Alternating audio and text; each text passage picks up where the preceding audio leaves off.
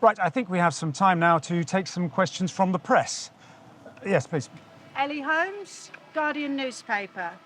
For the Prime Minister, how will the government support sectors and workers whose livelihoods depend on industries targeted for phase out, for example, fossil fuels or industrial agriculture? That's an excellent question. It's not like we're really cutting anything apart from the unhealthy things. Food production will improve, energy production will become renewable. The subsidies will simply change their target. And in this way, we can encourage people to switch over. So workers in one field can be moved and retrained into another field. Sarah Pallister from the Daily Mail. Question for the Chief Scientific Officer. Won't these plans to reform agriculture just result in increasing prices and risk making food unaffordable? Thank you. No, the aim is to make healthy food cheaper and more available to consumers. What we're going to do is move the subsidies towards sustainable agriculture, still making a good living for farmers, but at the same time, we're going to move the subsidies to make good food, healthy food, cheaper for everyone. Anna Rose, BBC. This is a question for the Public Perspective representative. What do patients and parents think of the plans to implement plant-based menus in schools and hospitals? Thank you. That's a very good question.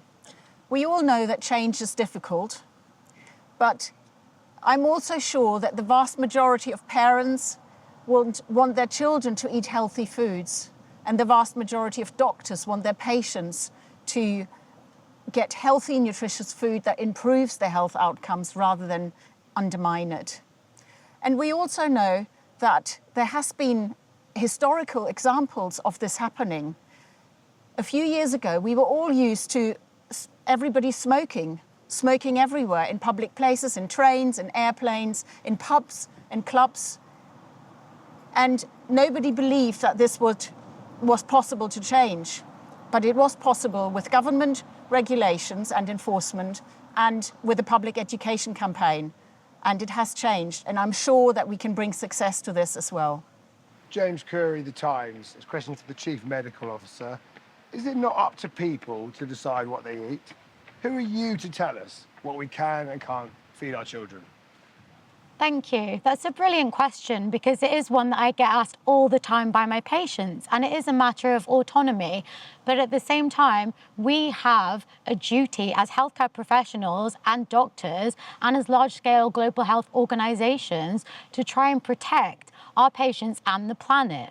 We know that there is so much lobbying from large-scale food industries and from fast food industries such as McDonald's. Our patients are being told to eat sweets and buy chocolates rather than being advertised to eat healthy, nutritious, plant-based foods. There's already so much lobbying and control by the media and by animal agriculture and by fast food industries. So actually, we do have a duty to guide our patients in the right direction. There are already initiatives such as Greener by Default and the Plants First campaign, where we are guiding patients to make the right choices to protect themselves and the planet. These not only protect our patients and reduce the risk of cancers and inflammatory diseases and obesity, but they have also been proven to be cheaper choices and also reduce carbon emissions significantly. So it's our jobs to tell patients that this is the information that is proven now. This is what we know, and this is how we can help you to be healthier for yourselves, your children, your families, and for the planet.